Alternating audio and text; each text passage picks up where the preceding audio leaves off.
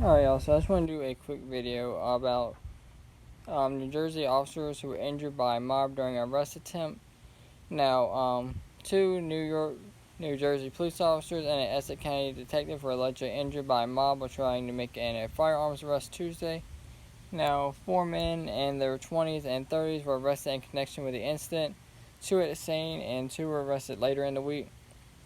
Now, it says the officers were pummeled, kicked in the head, and choked by a violent mob. So it's likely that the officers were not killed and they survived their injuries.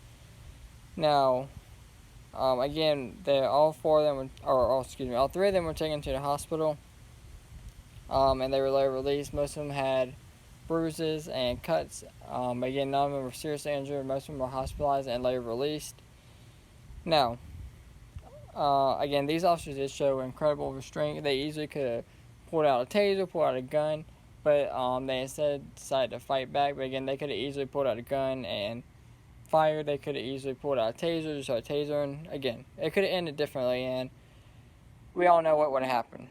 Alright, that city would be on fire right now. But with that being said, the people identified are New York residents as Brandon Rodwell, 31, Jaquil Rodwell, 28. They were brothers, obviously, and Jasper Sivey, 24, as well as Justin Rodwell, 30, of Arvington.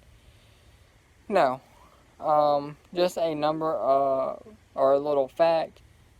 Now, ambush-style attacks on officers are up 50% so far this year compared to 2020 or this year. Now, 128 officers have been shot between January 1st and June 1st, which is crazy. You know, that's 6 months, and 128 officers have been shot. Right, and of those officers, 26 of those officers have died as a result of being shot, and 35 officers have been wounded by 27 ambush-style attacks. But again, thankfully, these officers were not seriously wounded. Thankfully, you know, they took these suspects into custody without too much incidents, because again, if not, the city would be on fire right now. But again, thankfully, these officers are okay. Again, for all of our officers out there, you know, y'all show a incredible restraint every day. I don't know how y'all do it, but all the defunding police and all this, y'all show great restraint. But prayers for all of our officers out there. Thank you for everything that y'all do, and again, thankfully these officers are going to be alright. As always, let me know what you guys think down in the comments below. As always, thank y'all for watching, and y'all stay safe out there.